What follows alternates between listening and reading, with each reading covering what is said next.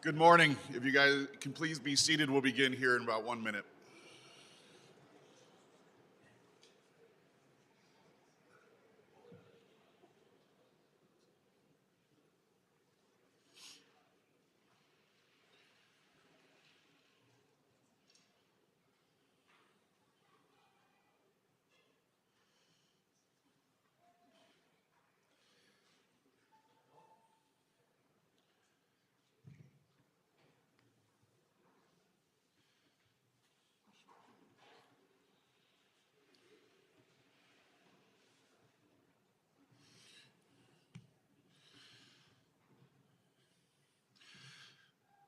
Please welcome Law Enforcement Academy Class 2594.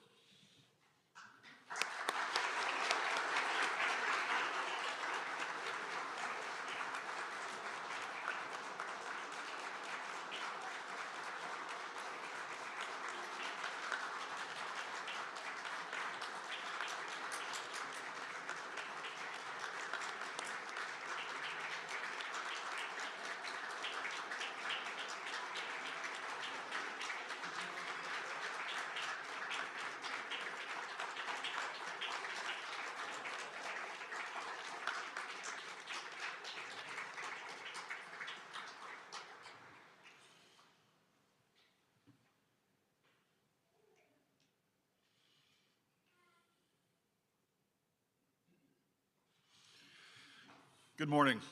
My name is Troy Eger, and I'm the Law Enforcement Academy Director here at Blackhawk Technical College. For the past 18 weeks, I've had the privilege to oversee these students and help guide them through this experience.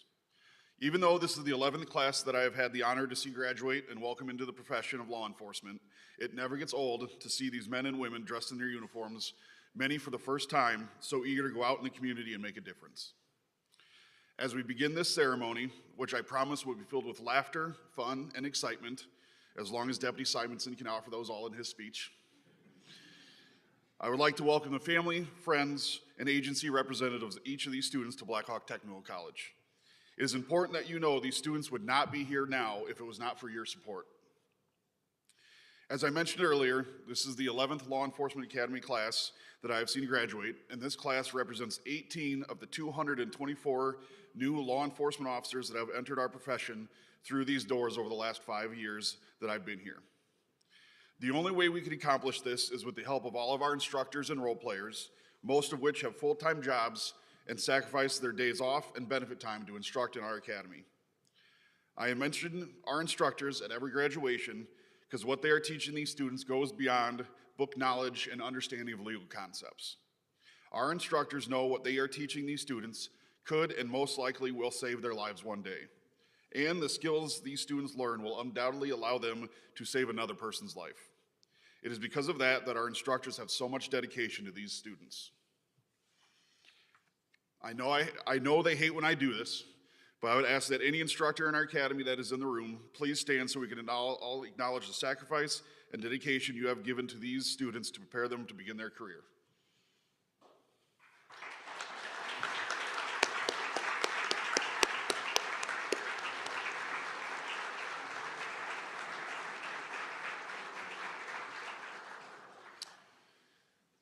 Beyond the instructors that are in front of the class on a daily basis, there is so much work done behind the scenes that too often goes unrecognized and underappreciated. For many years, that work was done by Tammy Rail, who we saw retire at the start of the class. But we certainly have to thank her for preparing everything for the class. I would also like to recognize the work of the person who has so graciously stepped into Tammy's role, Kayla Riggin.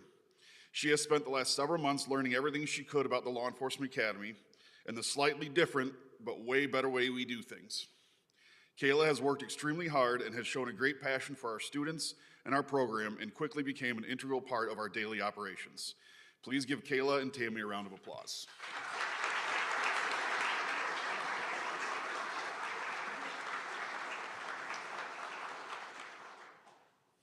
Now to class 2594. You are the 94th class to graduate from Blackhawk Technical College's Law Enforcement Academy, which dates back to April of 1966. And you are entering our profession at a time where the community expects more out of you than ever before. I always write a new speech for each graduation, which is getting harder and harder after 10 of these. So I've come up with a formula that I like to use, which is I'd like to talk about some of the fun times I've had with the class, then give some advice that I think applies to their experience. Well, when I sat down to think about the fun times I had with this class, it was either Bittner just randomly walking by me and going, "Hi." Or it was things I probably shouldn't repeat outside the classroom, because taken out of context, they would probably be questionably inappropriate. But I will just say McCray was able to get me to sidestep some comments and let the class leave a few minutes early more than once. So what do I want to say about this class? I think with the experience they have had, it is everything happens for a reason. No other class I've had has had to deal with so much controversy as this class has throughout their time in the academy. The controversy wasn't necessarily between each other, but just individually, there was a lot these students had to deal with. This class started with two more students than that are sitting in front of us. And when you spend as much time as these guys do with each other, losing one of them is a big deal, let alone two. But everything happens for a reason. What does it mean when things don't go the way that we think they should? It means everything is not perfect, and statistics will always win, but that isn't necessarily a bad thing. I am lucky that as the director, I get to pick what topics I teach throughout the academy. And while I enjoy teaching the fun stuff, shooting, driving, being a ninja, all the stuff that Rich is going to talk about soon, and claim that's why he was always selected as the instructor of excellence. But I actually prefer to teach the soft skills: critical thinking, cultural competence, ethics. And one of the first things I say when I teach the first block of ethics is that statistically, at least a few of these students won't be in our profession in 5 years, and it won't be because of their choice. I stress that the important thing is that while everyone had good intentions when they got into this profession, sometimes things just happen. And I say again, everything happens for a reason. I'm going to make a long, embarrassing story about myself really short, because it's not about the start, but it's about the end. When I was 19 and had been asked politely by UW-Whitewater not to return for a second year of college, I decided I was going to join the Marine Corps. Knowing nothing other than if I was going to join the military, I was going to join the hardest and the toughest branch. Don't worry, Army vets, we'll talk later. I signed up knowing nothing, and I was scheduled to leave for boot camp in January. My older brother decided to throw me an appropriate going-away party. We'll just say ended with me sustaining an injury that forced me to try to leave for boot camp 3 different times over the course of the next 6 weeks. Each time I tried to leave and got denied by the medical staff, I was upset. And the 6 weeks of no physical activity led to me having a much harder time in boot camp. It also led to me finally going to boot camp with someone I ended up spending my entire Marine Corps career with. I had never met this person before the day we left for boot camp, and just a few months ago, our family spent time together to celebrate the 20-year anniversary of our unit's deployment to Iraq. If it wasn't for the completely dumb injury that delayed me leaving for boot camp, I would never have met this lifelong friend. Everything happens for a reason. That's the first part of my formula. So what advice do I want to give you guys? I usually like to bring a piece of advice from what I am seeing currently in our profession that also relates to your guys' personality. When I took a moment to reflect on this class, there was one quote that was consistently told to me by one of my mentors that I felt you needed to hear and really understand. Good is the enemy of great. Jim Collins said this in his book, Good to Great.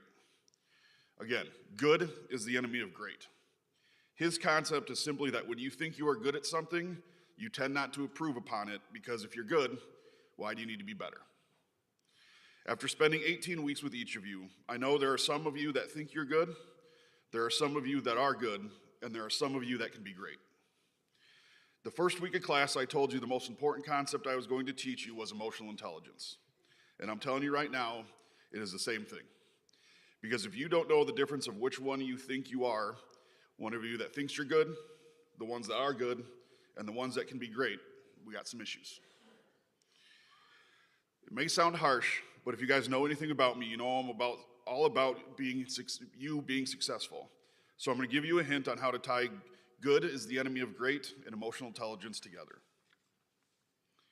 First thing you need to do is find somebody that's better than you. Be okay with it and make friends with them. I see so often there are leaders that refuse to put people around them that are better than them because they are scared it will make them look bad. but in all reality, you should find as many good people as possible to surround yourself with. Don't just surround yourself with them, but listen to them. General Patton said, "If we are all thinking alike, we aren't thinking at all." He was saying that if you're all going to agree with me because I'm the boss, we're not going anywhere. It takes the desire to be great that will allow yourself to be questioned, but it takes emotional intelligence for you to be okay with somebody questioning you. Surrounding yourself with people that simply listen to you and do what you want will only accomplish your goals. Surrounding yourself with people that will question you and think differently than you will allow you to accomplish the goals of a community. I have no doubt that I'm looking at many future leaders of our profession. And I just encourage you to remember that you may be successful early in your career or even late in your career, but you can't settle for being good. You have to strive to be great. And just to come full circle with that last piece of advice, if those around you aren't talking to you, it isn't because they think you're great. It is because you think you are already great and you stop listening to what they have to say.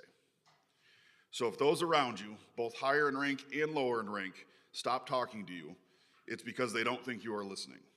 So they aren't going to waste their time. Strive to always be improving, no matter how good you think you are. Next, I would like to invite one of the members of the class to come and address the group.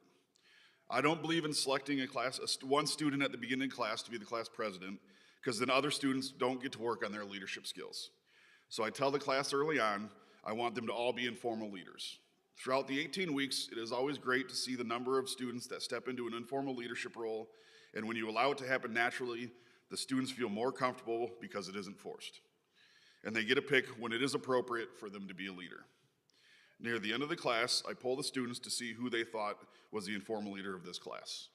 There were many leaders in this class, but ultimately, I would like to invite Deputy Ryan Simonson of the Rock County Sheriff's Office to address the class.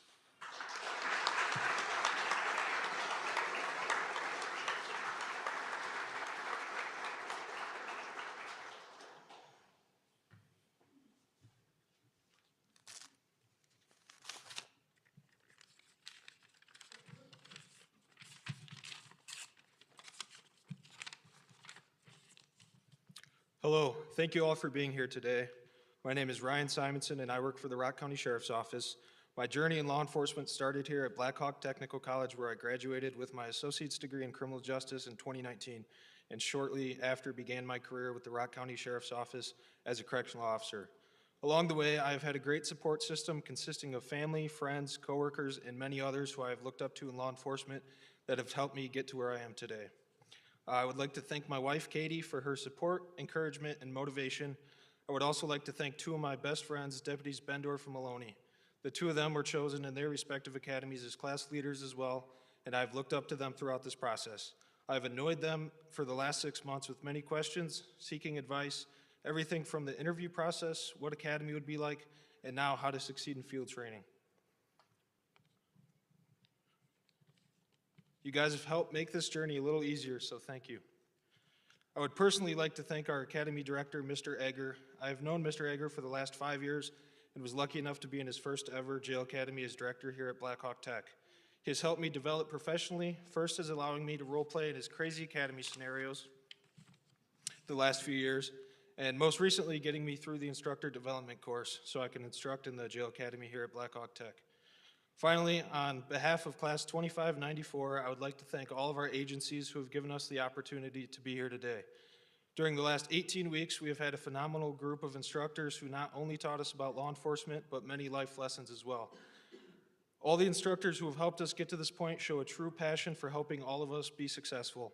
Whether it was Mr. Christensen offering time outside of his normal class hours to help us study and give us feedback on our assignments, or Mr. Lefebvre coming in on Saturdays to make sure everyone was ready to qualify for firearms. All of our instructors' dedication to help us be successful as a class did not go unnoticed. The reason I bring up Lefebvre and Christensen specifically is because both of them were filled with pretty good quotes that our class will always remember. Mr. Christensen had many original quotes that he told us to forget, but it was hard to when Spang and Schwark would say them every day. Then there were Lefebvre's quotes, which were all just from the movie Talladega Nights, which are also just as unforgettable. Class 2594, this is just one example of the countless memories we now all share. After all of the ups and downs that we've been through together over the last 18 weeks, I can honestly say that I could not have gone through it with a better group of people. Everyone in this class showed dedication, strength, perseverance throughout this process. Whether it was OC day, early morning workouts, or getting through DAT week, the entire class stepped up as leaders and helped motivate each other to be better each day. Although this is just the beginning for all of us, we should be proud of what we have accomplished. I know all of you will do extraordinary things throughout your career, and I am honored to have shared the last 18 weeks with you all. Good luck, be safe, and I'm going to steal some thunder from Mr. Egger on this one, but make good choices. Thank you.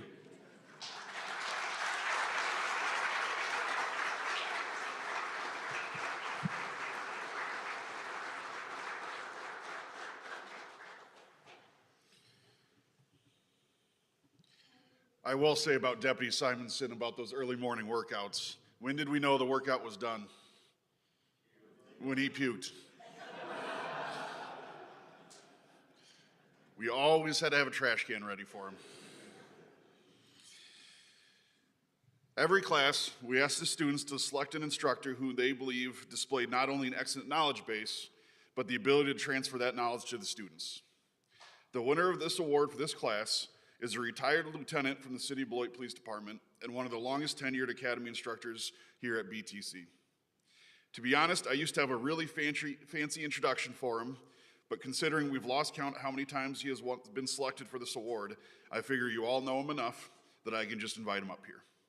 The class of 2594 would like to present the Instructor of Excellence Award to Mr. Rich Lefebvre.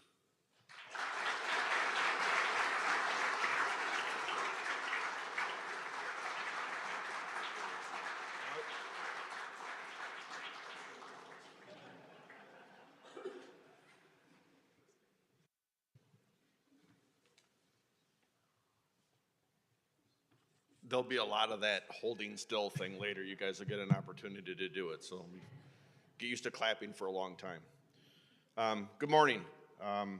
Thank you for the class. I'm honored for this award. To be honest with you, like all the academy students, it's like said, all the instructors do an excellent job at Blackhawk Tech. It's not just me, it's Troy. It's the help that we get from administrative people. It's what makes it. There's plenty of people in the whole public safety division that do this, not just me.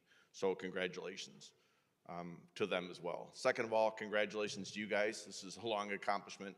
If anybody thinks the academy is easy, just ask these ladies and gentlemen in front of you. They'll tell you that it's not easy. Sometimes they're fun, sometimes they're less fun. As Mr. Egger mentioned,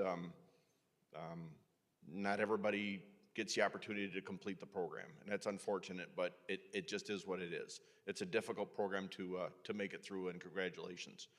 I did learn from Mr. Eggers. I like this one especially. We're gonna have to make sure it's on Facebook, right? The thing. So I make sure that he said I don't always have to agree with the boss just because he said so. So I'm gonna make sure that I screenshot that and record that for any future time when I may need that. That'll come in handy. You said it.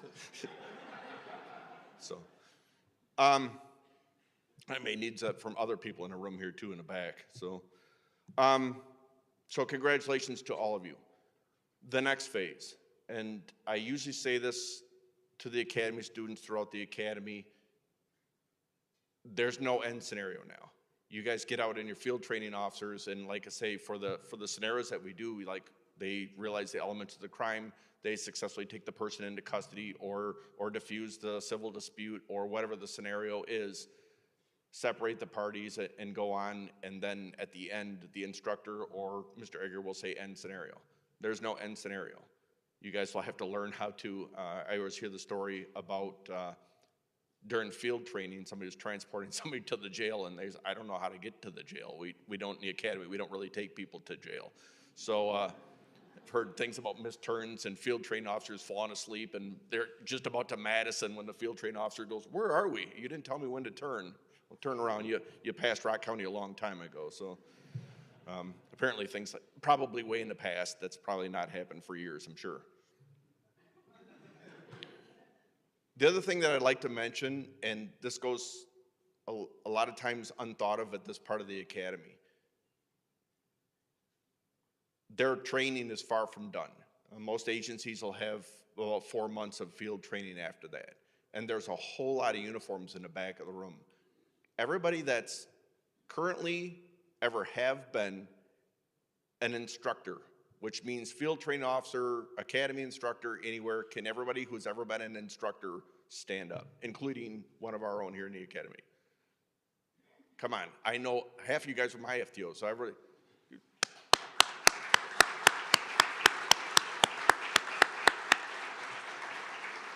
If everybody looks, almost everybody in uniform in the back has stood up.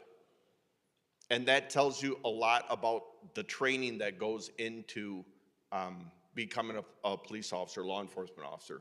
It's interesting, I see on social media, I see people have commented when law enforcement officers make bad decisions that usually the thing is becoming a barber takes 600 hours of training and becoming a cop takes 400 hours of training or something like that. And I just laugh because the amount of training that it takes to become on your own as a law enforcement officer is hours and hours and hours of training. The field training officers, like, they will be sitting alone in a car with you for usually a month of day in and day out, sitting alone with somebody. You really get to know the person, and you guys will learn a lot from your FTOs. So like I say, for the real people, like for us, we get them for a few months, or we get them for a couple weeks. They're with the person assigned one-on-one for literally months. So don't discount those people who work hard. Sheriff Fell, I think, during his field training, and I told him I was gonna mention this, I saw photos of his squad car one time during field training. His squad car was up on a concrete embankment, all 4 tires off the ground, not touching any ground during field training. Like, I don't even know how he did that. And they just dragged the car, it was a Crown Vic, they just dragged it off and it was fine, drove it off. And so, yeah, we've all had some times during field training, and when you make your mistakes, and this goes for everything, when you make your mistakes, do what? Learn and move on. Own your mistakes, learn from your mistakes, and move on, because there will be mistakes. Next piece of advice. Find someone, and this is similar to what Troy said, find someone in your life that's been a positive influence.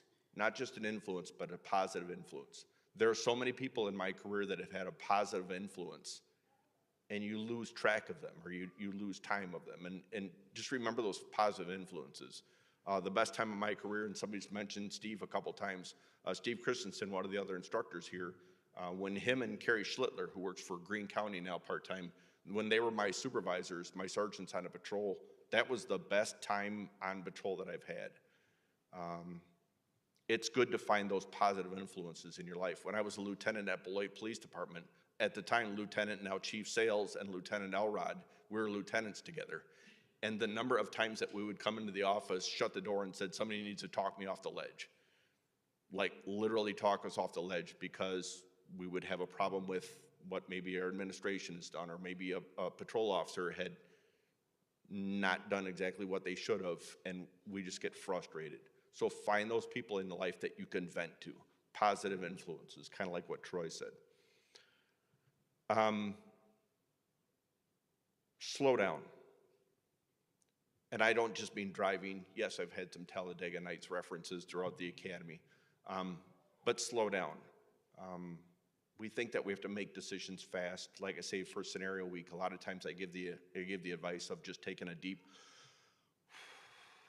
cleansing breath before you make your next decision. It's an emotional field. It is just an emotional field. Of course, the chiefs and the sheriffs in the room, how many of those law enforcement officers that have happened recently that make the media, one cop can make us all look bad by making a bad decision. And the chiefs and the sheriffs in the room are counting on you to make good decisions, because it all reflects on us bad when we make bad decisions. So slow down. And of course, I do mean, because I'm an EVOC instructor and I do make a couple Talladega Nights references, slow down when you're driving. It's an emotional field. I do remember, and I think I've referenced it one time, that there was a house fire in Beloit. And he works at the sheriff's office now. Matt Mahalski was driving to the house fire, and he arrived there first. And we had information that there were still people in the house. So of course we waited for the fire department. We didn't wait for the fire department. Matt Mahalski went in the room, went in the house wearing mostly plastic clothes made out of polyester, and went in the room. And dispatch had asked him on the radio if he was okay, and there was radio silence for a long time. He didn't want to answer dispatch because he didn't want to take a breath to answer dispatch. How do you think the rest of us drove to that fire knowing he wasn't answering radio? We drove emotionally, we drove too fast. So it's the pro and the con of being law enforcement is you are emotional, you make emotional decisions. Law enforcement officers aren't robots. I think Matt went in because the firefighters need heroes. So law enforcement's there to be heroes for firefighters. I made a firefighter joke one time at a speech, and afterwards, and I know I've said this before, this big, huge guy came up to me afterwards, after graduation. He goes, "I've been a firefighter for 32 years. And I quickly reminded him that I was armed, so. I think he figured it out, so. That's actually a really true story. I did, so. With that, make good decisions, find positive role models, slow down, do the right thing all the time when no one's looking. If your mom was standing next to you, would you make the same decision? That's usually that ethical moment of, am I doing right or am I doing not right? Remind yourself often. Keep each other safe. Keep each other safe, keep each other safe, keep each other honest. And congratulations to all of you.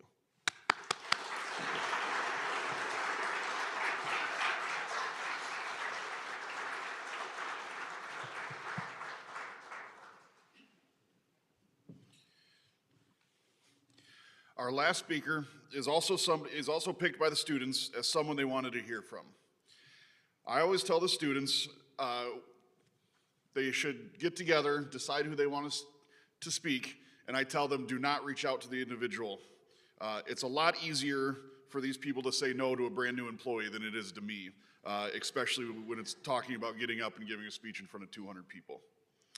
So this time when the students told me who they wanted to hear from, I was extremely happy that I had that rule. One, because I knew once I called him, he couldn't tell me no. And two, after the hours and hours and hours I've spent in his office, all good things, he would have something great to say to the students. So the class of 2594 would like to invite Chief Deputy Jude Maurer of the Rock County Sheriff's Office to say a few words.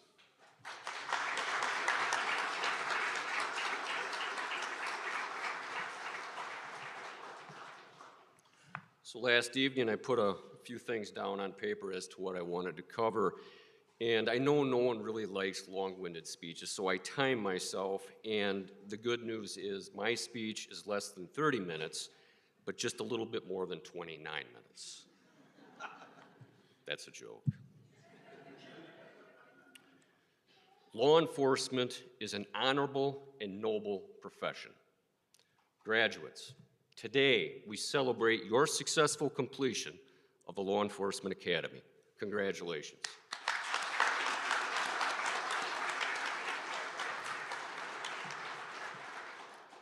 After today, you will begin your law enforcement career.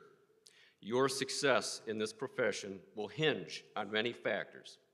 However, the most important factor, in my opinion, is maintaining mental resiliency. I'll get to that in a few.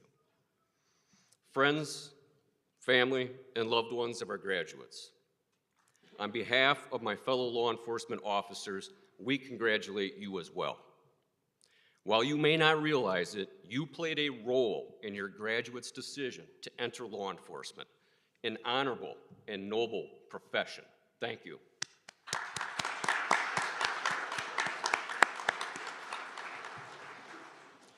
Please remember, family, friends, and loved ones, your graduate will need you more tomorrow and in the ensuing days, weeks, months, and years to come than they do today.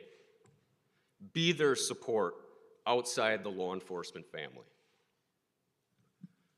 I am not an expert.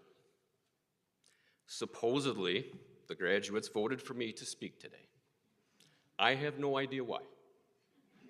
Nevertheless, I am honored, but more importantly, I am deeply humbled. Thank you.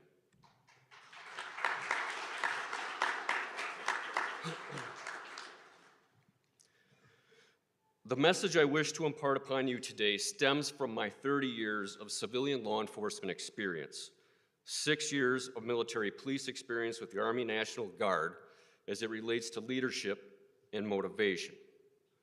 Unfortunately, I must tie in the numerous internal investigations I have either conducted or overseen both internally and externally. Before I move forward, I would like to make 2 assumptions with our graduates. 1, you voluntarily chose to enter law enforcement. 2, you all wish to have a successful career.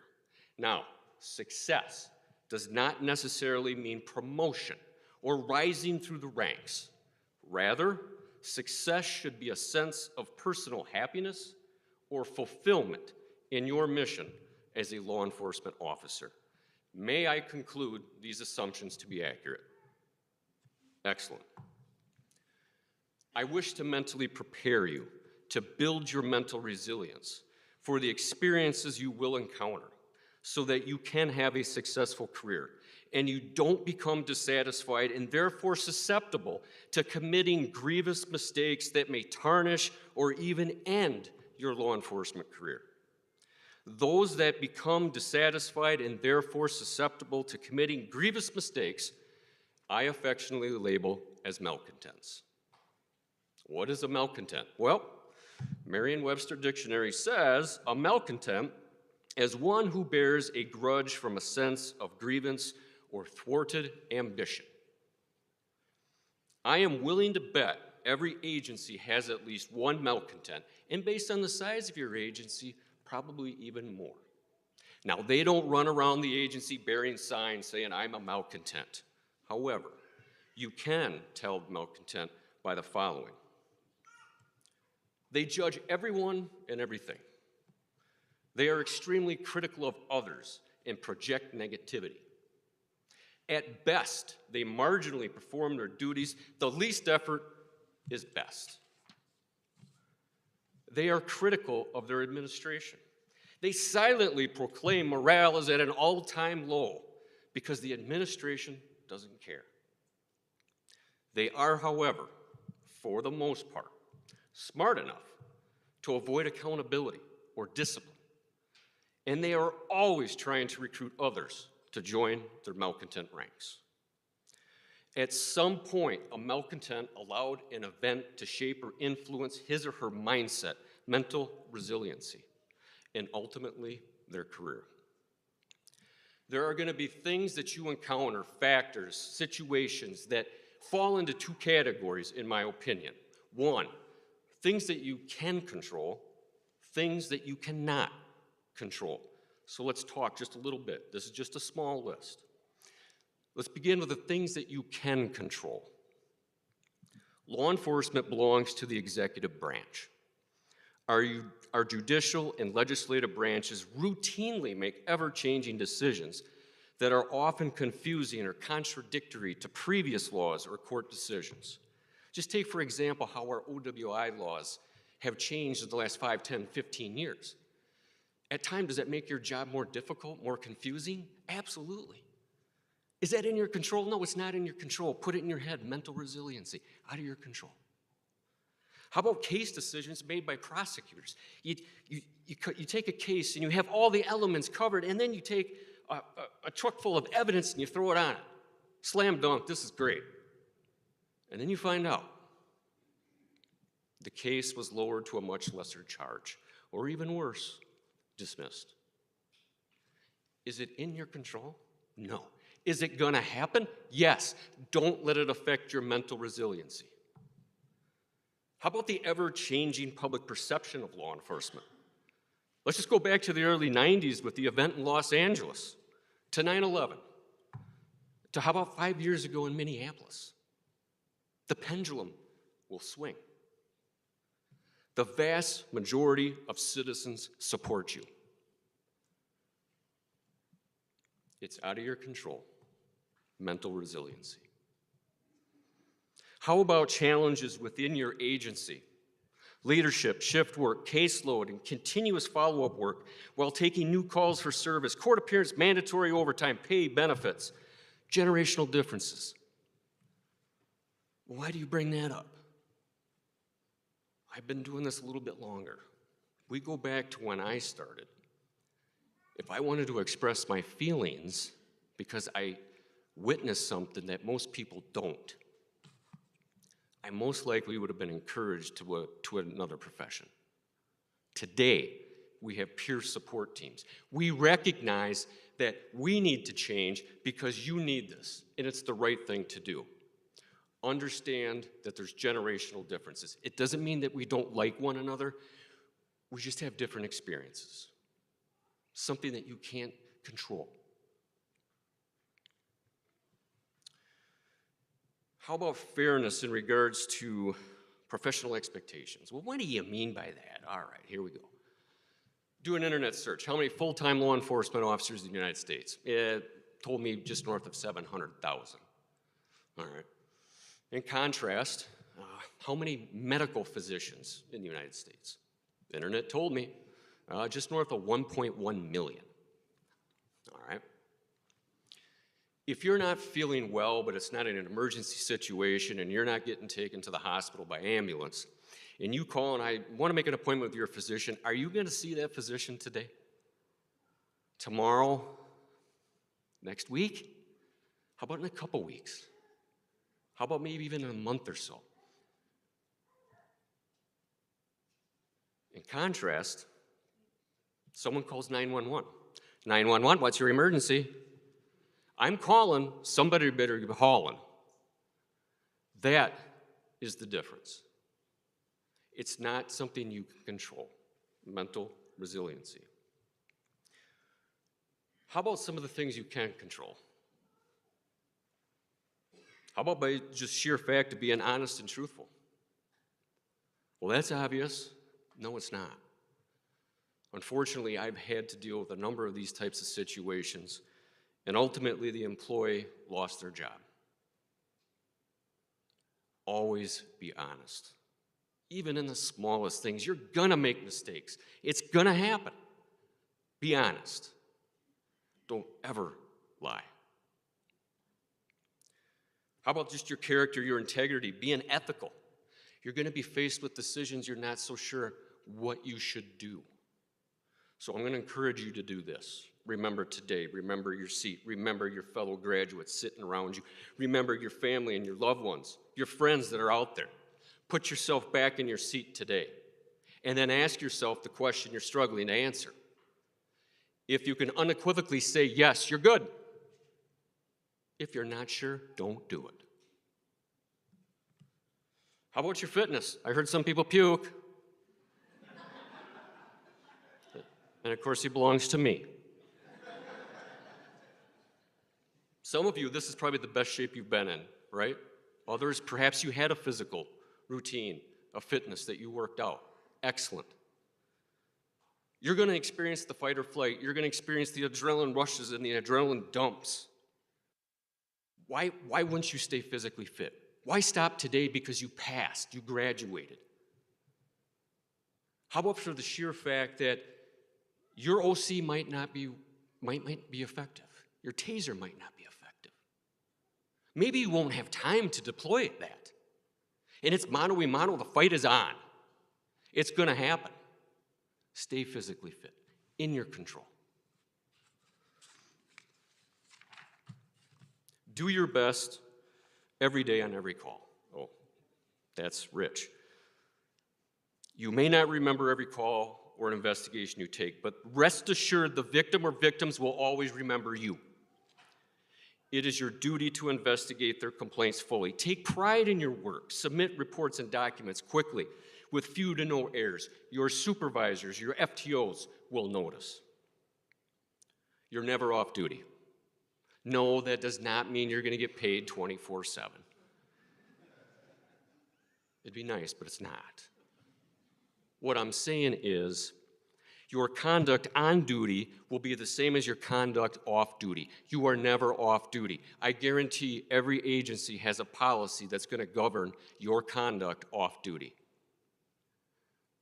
And again, unfortunately, I've had to deal with this too, which is why I'm telling you today. Keep that in your mind. That is something you can control, is your conduct. Be humble. What do you mean by that? I was a deputy too, and I questioned my sergeants at times. And then I became a sergeant. And then I said, oh, I think I might owe them an apology because it makes more sense now. And then I, lieutenant and captain, and yeah, it gets a little bit bigger, and then on to commander, and now I'm overseeing the division, and things make a lot more sense, and now as chief deputy. And let me tell you, there's a lot of politics, there's a lot of egos that you got to deal with in order to run an effective organization. Bottom line, be humble. The us versus them belief, us, law enforcement, versus our citizens. Don't allow yourself to submit to this false belief. You have or will take an oath to serve and protect your community and enforce laws in accordance with constitutional principles. The citizens are not your enemy. The vast majority love and support you. It's only the extreme minority that will not accept you. Even the First Amendment auditors that we've seen arise, despite their tactics, they are not your enemy. Embrace the fact that they are challenging you. Why? They recognize you have authority, and with authority lies power. Unchecked power without restraint or oversight can and will lead to abuse. Abuse of a law enforcement authority or power creates derision, distrust, and ultimately negative public perception. All right, I went a little heavy on that. You needed to hear it because it's the truth.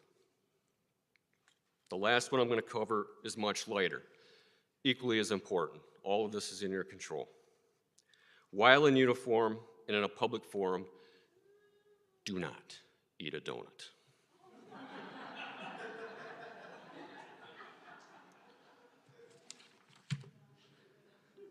Law enforcement is an honorable and noble profession. Focus and strive to build your mental resiliency. Remain physically fit. Don't become dissatisfied. Enjoy your job. And for the love of all that's holy, don't become a malcontent. Thank you.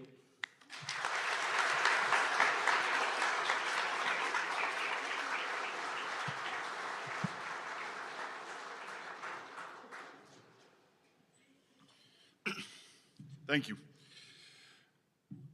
The last thing we need to do to make a few things official, so we have a few awards that we're going to present. Our first award is the Award for Academic Achievement. This award is given to the student that had the highest average of each of the three phase tests.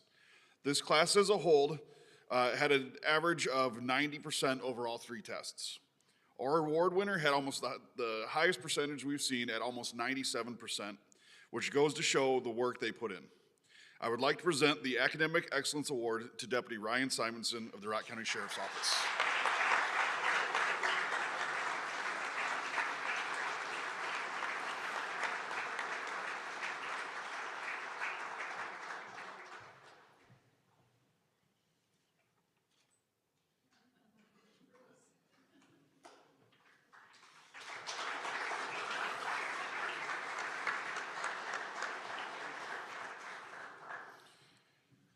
Next, I would like to present the award for Outstanding Physical Fitness.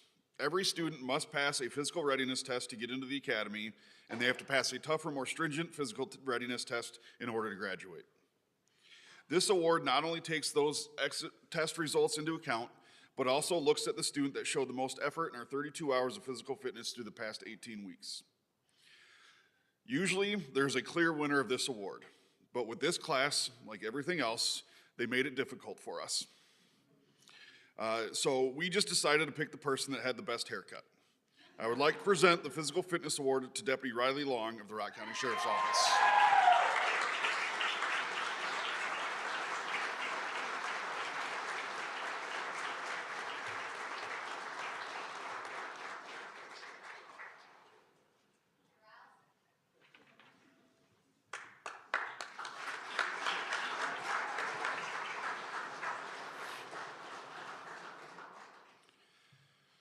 Our next award is named after a fellow graduate of the Black Hawk Technical College Law Enforcement Academy, Officer Ryan Copeland of Class 1363. Officer Copeland was tragically killed in an on-duty traffic crash in 2015. Officer Copeland was a member of the McFarland Police Department, a K-9 officer, and a veteran of the United States Army. While I never met Officer Copeland, I know many people that knew him, and the stories I've heard about him as a man and a law enforcement officer show me what kind of human being he was, which makes this award very special to this academy. I would like to present the Officer Ryan Copeland Marksmanship Award to Deputy Ryan Simonson of the Rock County Sheriff's Office.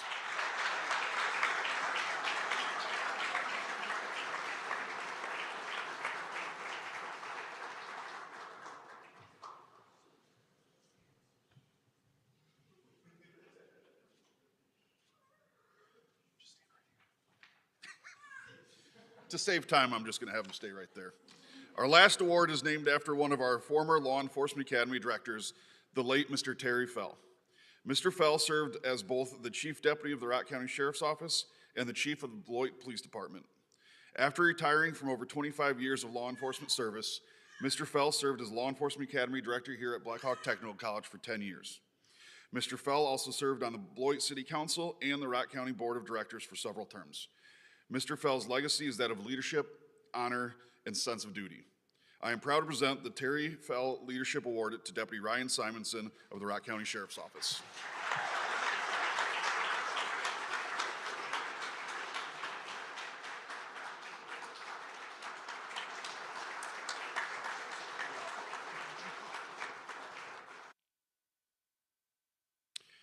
All right, let's pass out those certificates so we can all get to lunch.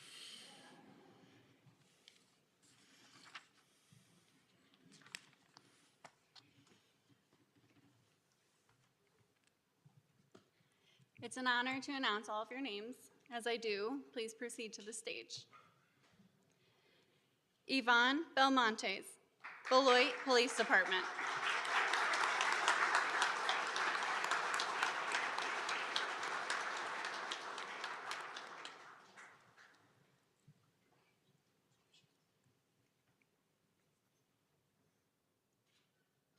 I said there'd be a lot of them.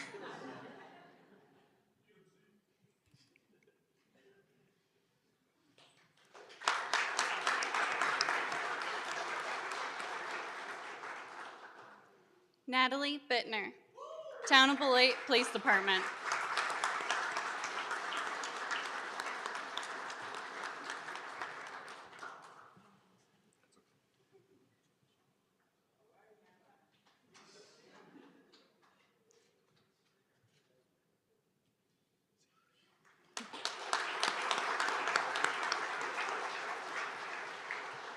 Norman Bogdan, Janesville Police Department.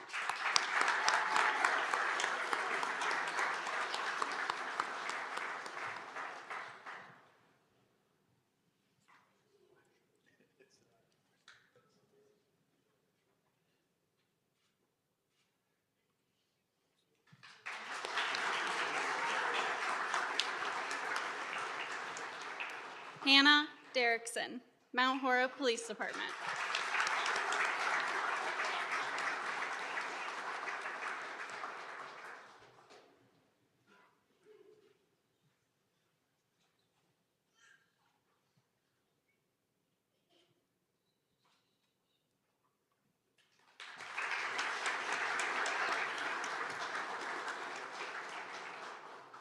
Colin Hamilton, Rock County Sheriff's Office.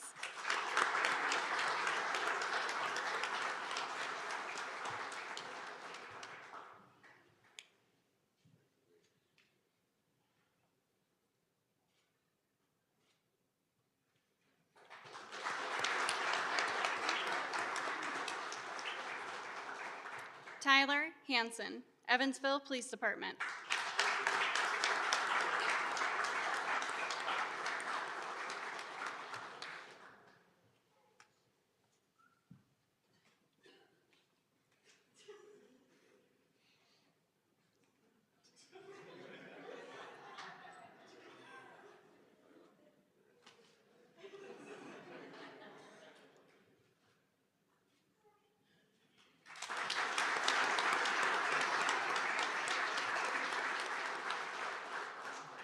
Eric Jones Jr., Town of Geneva Police Department.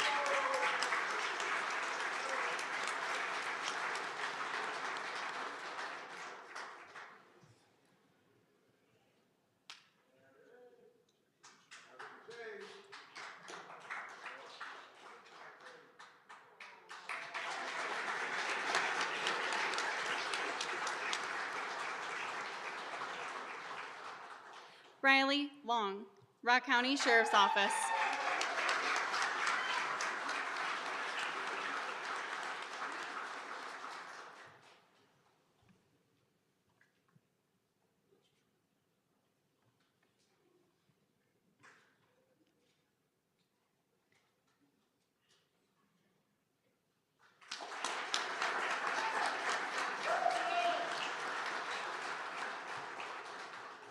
Damian McCray, Beloit Police Department.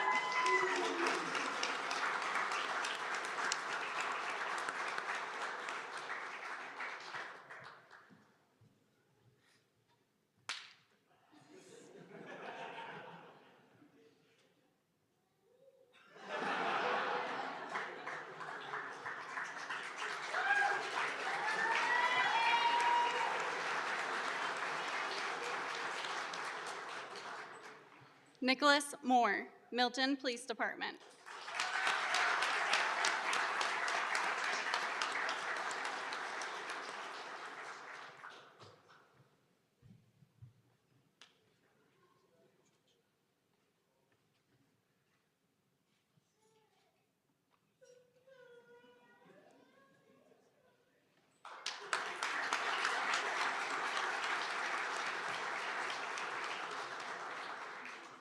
Matthew Mordhorst, Greene County Sheriff's Office.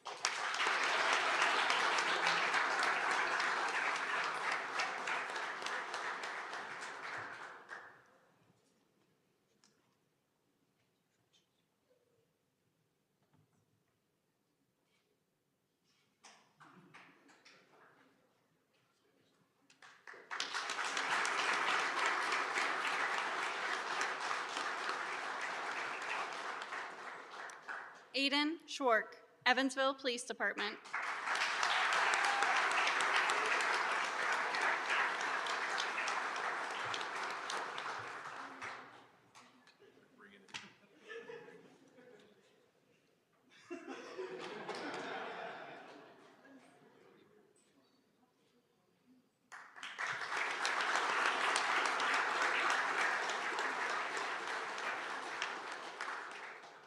Ryan Simonson, Rock County Sheriff's Office.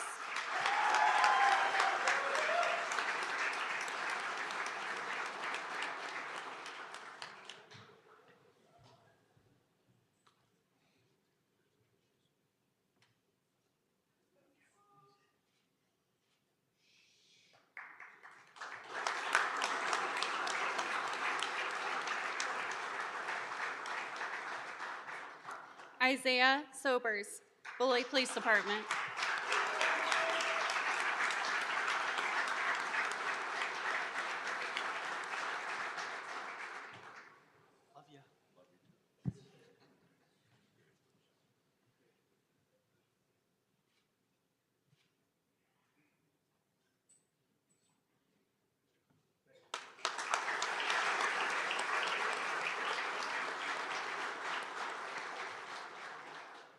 Nicholas Spang, Edgerton Police Department.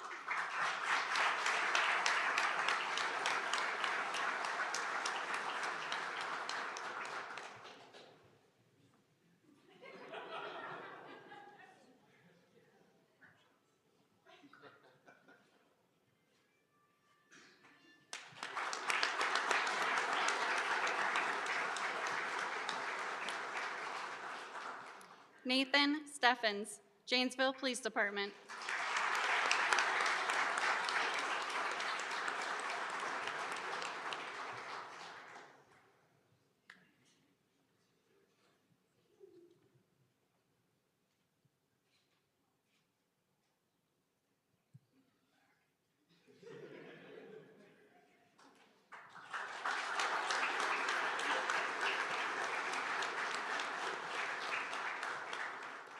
Stuart Wallink, Sheboygan Police Department.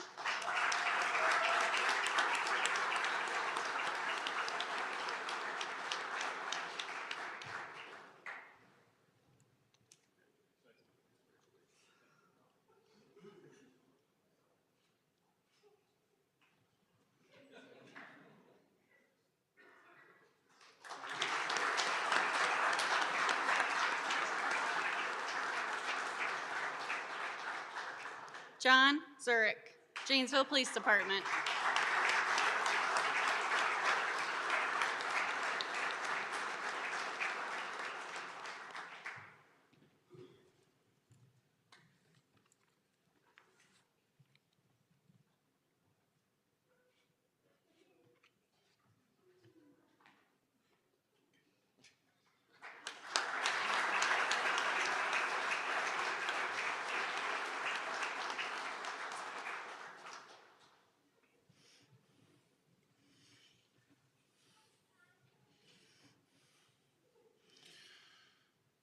I want to thank each of you for being here with these students as they celebrate this great achievement to begin their careers. I want you to remember that what they are doing is great work, but it also takes great sacrifice by them and by each of you. Please remember to communicate with each other and know the difference you as a group make in our communities. Please feel free to stay, meet each other, and enjoy some light refreshments. To Class 2594, as always, make good choices. We'll see you out there. Hold those down.